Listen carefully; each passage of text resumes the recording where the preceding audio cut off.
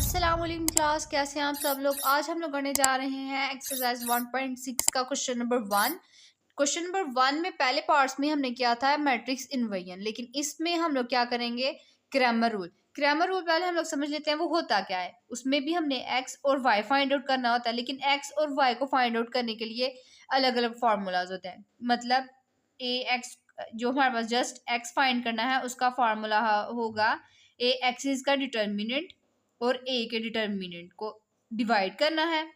y find out करने का formula होगा ए वाई हो हमारे पास, उसका डिटर्मिनेंट हो और ए के डिटर्मिनेंट हो, और उन दोनों को आपस में डिवाइड करना है। ठीक हो गया, बहुत इजी रूल है क्रैमर रूल का। ठीक हो गया। मैट्रिक्स जो इन्वर्जन था, यहाँ पे हम लोग पहले लिख लेते हैं मैट्रिक्स इन्वर्जन। ठीक हो गया। मैट्रिक्स इन्वर्जन का हमारे पास फॉर्मूला था capital X, X and Y.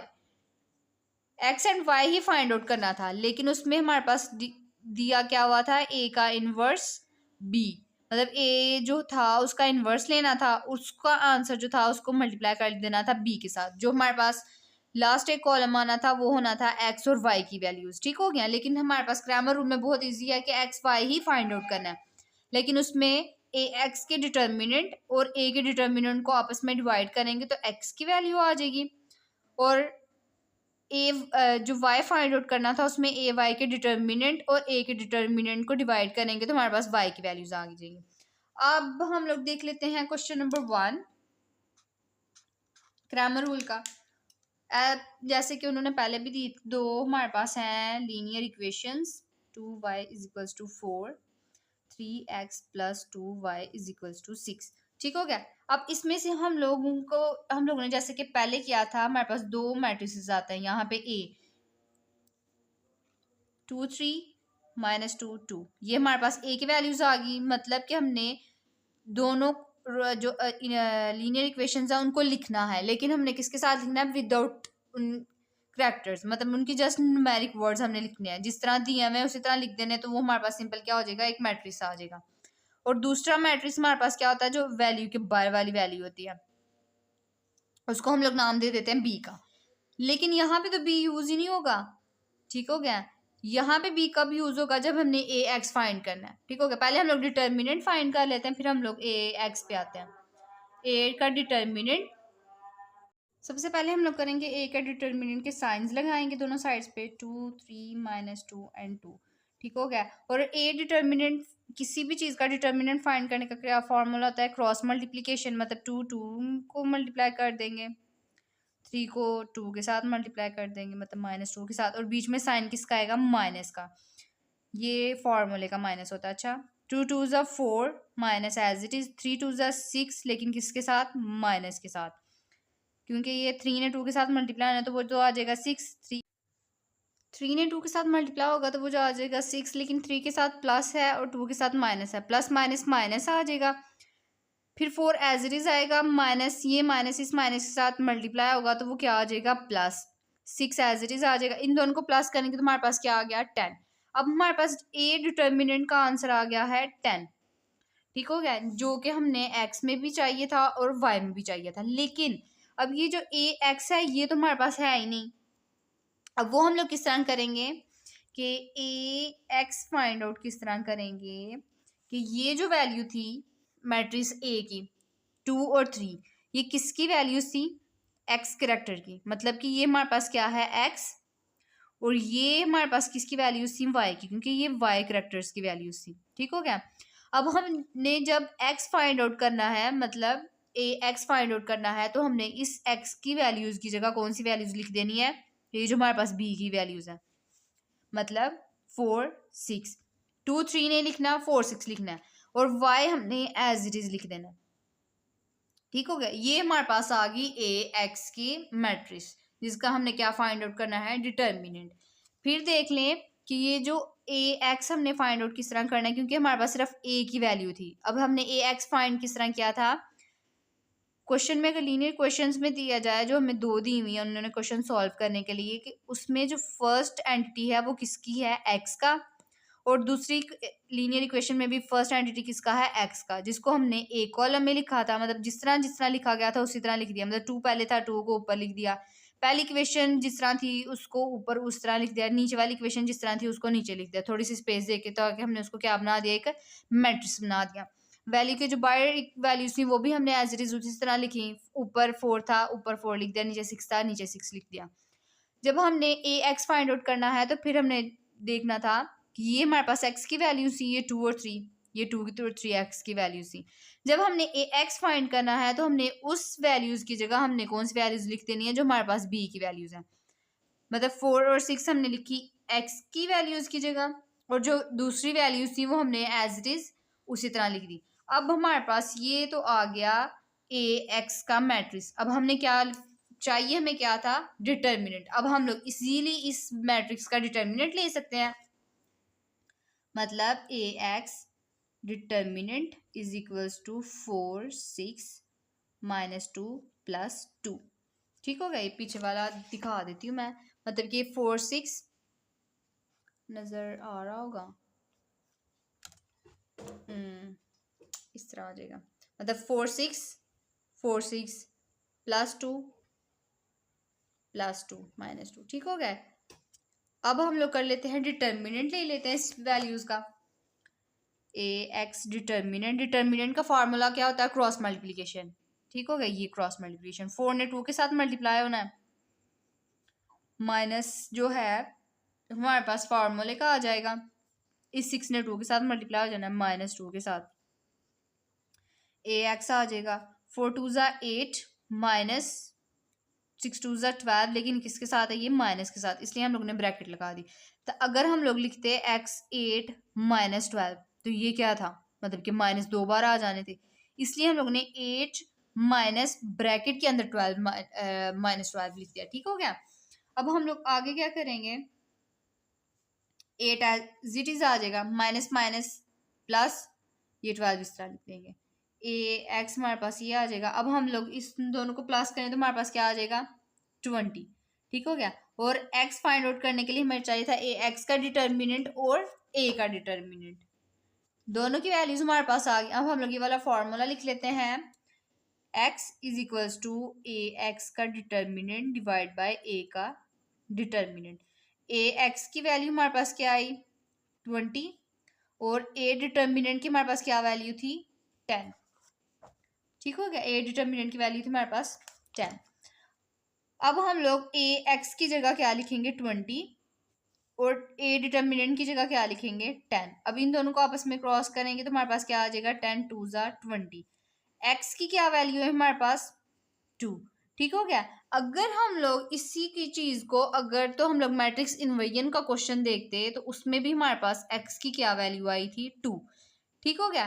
That means कि क्वेश्चन जब हमें पेपर में आएगा तो वो हमें ये नहीं कहेगा कि सिर्फ आपने मैट्रिक्स इन्वर्जन फाइंड आउट करना है, नहीं, ये क्वेश्चन जरूरी है इसमें से एक ना एक, आई थिंक सो कि तकरीबन पेपर में जिस दिन हमने जितने भी पास पेपर चेक किए थे इसमें से एक लॉन्ग क्वेश्चन मस्ट आया था, जिसमें उसने हमें एक क्वेश्चन दिया था और उसको कहा था कि मैट्रिक्स इन्वर्जन भी फाइंड करें और ग्रामर रूल भी फाइंड करें, और इन दोनों को फाइंड आउट करने का कि इनके आंसर सही हैं या नहीं। उसका ये फॉर्मूला होता है कि मैट्रिक्स इन्वर्जन और ग्रामर रूल की एक्स और वाई की वैल्यू सेम हुई, डैट मीन्स कि हमने क्वेश्चन सही सॉल्व किया।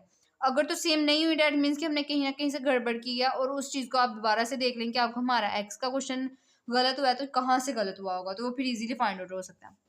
खैर, अब हमने ए एक्स की वैल्यू फाइंड कर ली, अब हमने किसकी वैल्यू फाइंड करनी है, ए वाई की। मतलब यहाँ पे हम लोग पहले फार्मूला लिख देते हैं कि ए वाई का डिटर्मिनेंट ओवर ए का डिटर्मिनेंट। अब हमारे पास ए वाई का डिटर्मिनेंट नहीं है, वो हम लोग फाइंड आउट कर लेंगे। किस तरह, जैसे हम लोगों ने ए एक्स का फाइंड आउट किया था। मतलब कि हमारे पास ए की वैल्यू क्या थी, ये। अब पहले हमने ए एक्स फाइंड किया था तो एक्स की वैल्यू चेंज की थी, अब हमने फाइंड करना है ए वाई, तो हम लोग वाई की वैल्यू चेंज करेंगे। मतलब एक्स हम लोग एज इट इज लिखेंगे और वाई की जगह हम लोग इसकी वैल्यूज लिख देंगे जो हमारे पास बी की वैल्यूज है। ये हमारे पास आ गया ए वाई की वैल्यू। ठीक हो गया। अब हम लोग इसका लेंगे डिटर्मिनेंट, ए वाई डिटर्मिनेंट के पहले दोनों साइड्स पे साइन लगाएंगे, देन उसको हल करेंगे। A Y is equals to, sorry मैंने कॉलम लगा दिया। अब इन क्रॉस मल्टीप्लीकेशन होती है, 2 ने 6 के साथ मल्टीप्लाई होना है, 3 ने 4 के साथ मल्टीप्लाई होना है। ये हमारे पास क्या आ गया, A Y is equals to 2 6 12 minus 4 2 12।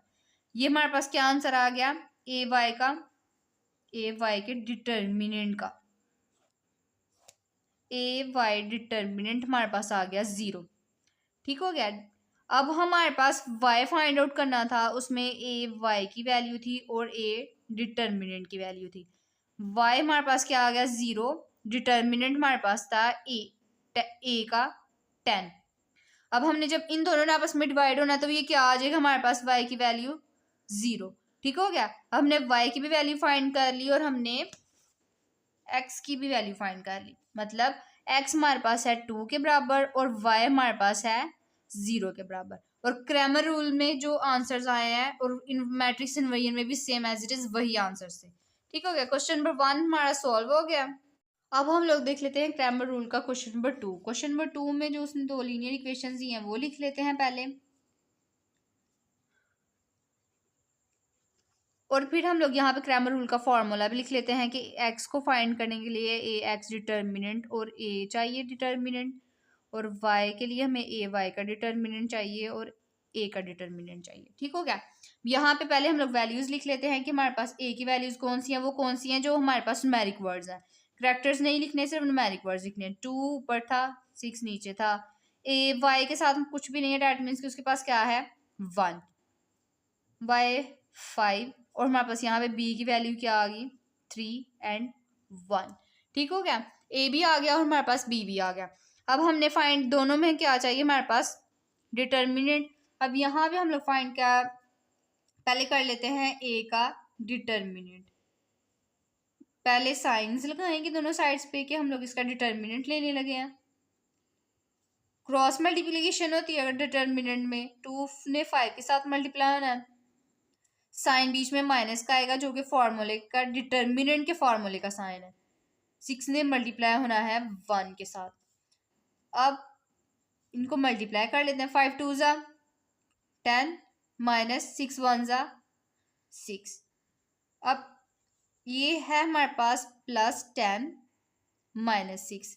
ये जो रफ होता है ना उसको इस तरह ब्रैकेट लगा के ना तो इस तरह करके बंदा कर लेता है कि हमारे पास रफ है, सामने ही होता कि उनको एग्जामिनर को भी पता हो कि इसने सॉल्व किया तो यहाँ पे किया। अगर आपको इतना दिमाग चलता है कि आप डायरेक्ट आंसर्स लिख सकते हो तो फिर इन चीज़ों की ज़रूरत नहीं होती। प्लस माइनस करेंगे माइनस, लेकिन साइन किसका आएगा बड़ी वैल्यू का। मतलब 10 हमारे पास बड़ी वैल्यू है ना तो उसके साथ प्लस है तो हम लोग उसके साथ भी प्लस लिखेंगे। ये हमारे पास आ गया इसका आंसर 4। डिटर्मिनेंट का हमारे पास आंसर आ गया।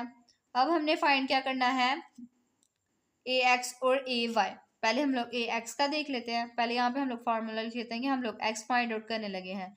ए एक्स का डिटर्मिनेंट डिवाइड बाय ए का डिटर्मिनेंट। अब हमारे पास ए के डिटर्मिनेंट का तो आंसर है लेकिन हमारे पास किसका नहीं है, ए एक्स का।